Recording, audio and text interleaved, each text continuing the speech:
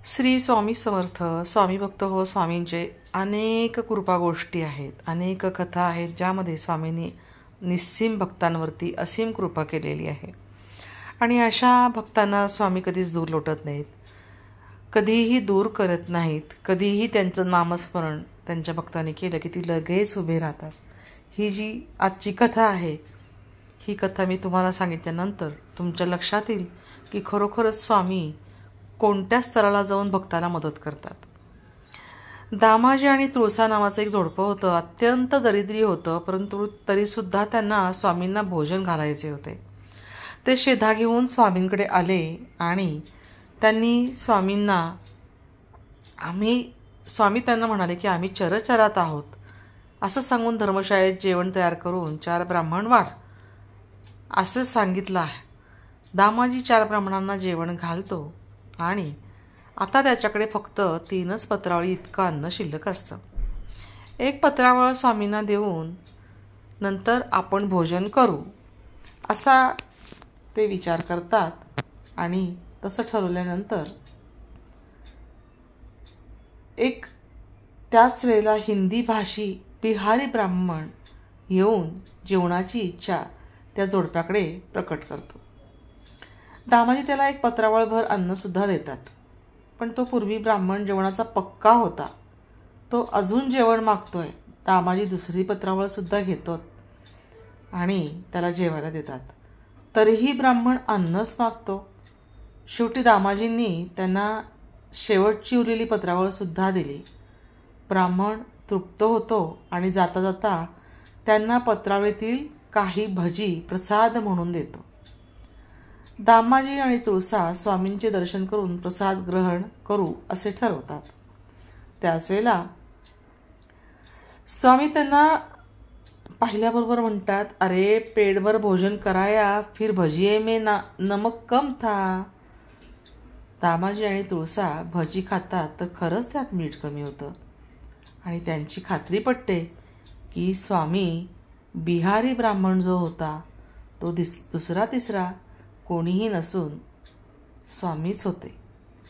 स्वामींनी त्या रूपात येऊन आपल्याकडून अन्न ग्रहण केलं. तितक्यात नारायण शास्त्रींनी पाठवलेली 2 इंग्रज अधिकारी स्वामींची उगीचच शहानिशा करून चमत्कार दाखवा असा हट्ट करतात. त्यावेळेला स्वामी त्यांना फाडकन म्हणतात, पहिले एकमेकांच्या बायकांबरोबर झोपणे बंद करा, मग आमची चौकशी करायला या.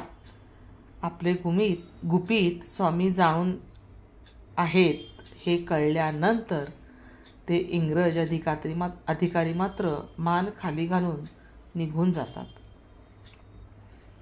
काय आहे ह्याच्यातलं गमक?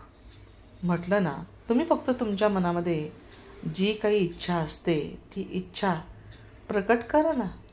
तुम्ही स्वामींच्या समोर तुमची इच्छा प्रकट केली आणि स्वामींनी तुमचं काम केलं नाही किंवा तुमचं काम झालंच नाही असं होतच नाही.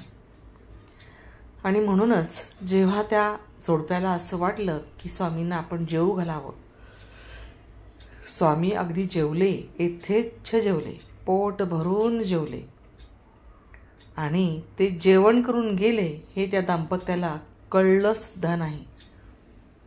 म्हणजे बघा, कुठल्या रूपात स्वामी येतात आणि कुठल्या रूपात येऊन आपल्याला दर्शन देतात, आपली इच्छा पूर्ण करतात हे कळण्यासाठी सुद्धा आपल्याला तेवढं भान आणि ज्ञान हे दोन्ही असायला पाहिजे.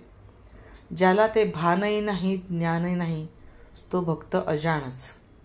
त्यामुळे स्वामींची भक्ती जरूर करायची, पण स्वामींची भक्ती करताना ही व्यक्ती कोण आहे हे मात्र आपल्या लक्षात यायला हवं. स्वामी त्या व्यक्तीच्या रूपात येऊन आपल्याकडे जेवून गेले किंवा आपलं काम करून गेले हे सुद्धा कळणं खूपच गरजेचं असतं.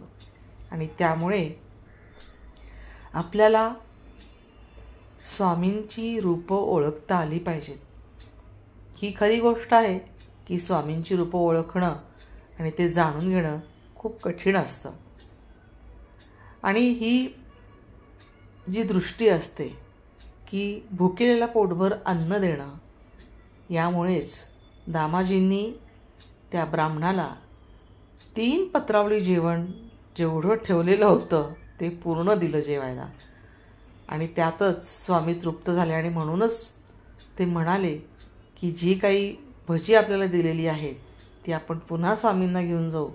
एक अज्ञानी मन म्हणून ते घेऊन आले.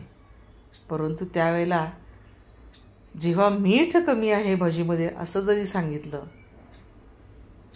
त्यावेळेला त्यांच्या लक्षात येतं की अरे खरंच म्हणजे ते दुसरी तिसरी कोणी नसून स्वामी आहे. अशी स्वामींची ही आगाध लीला किती वर्णावी तेवढी थोडी आहे. आणि त्यामुळेच त्यांचं भक्त होणं इतकं सोपं नाही आहे. हां, पण ते आपली भक्ती ओळखणं स्वामींना फार सोपी गोष्ट आहे. तुम्ही कशा प्रकारे भक्ती करता हे स्वामींना कळलं आणि ती भक्ती तुमची निष्पापनाने केलेली असेल, स्वार्थाने नसेल, तर स्वामी तुम्हाला साथ नक्कीच देतात. श्री स्वामी समर्थ. तुम्हाला ही गोष्ट आवडली असेल, कथा आवडली असेल, नक्की लाईक करा, शेअर करा, सबस्क्राईब करा आणि बेल आयकॉनवरती क्लिक करा. श्री स्वामी समर्थ.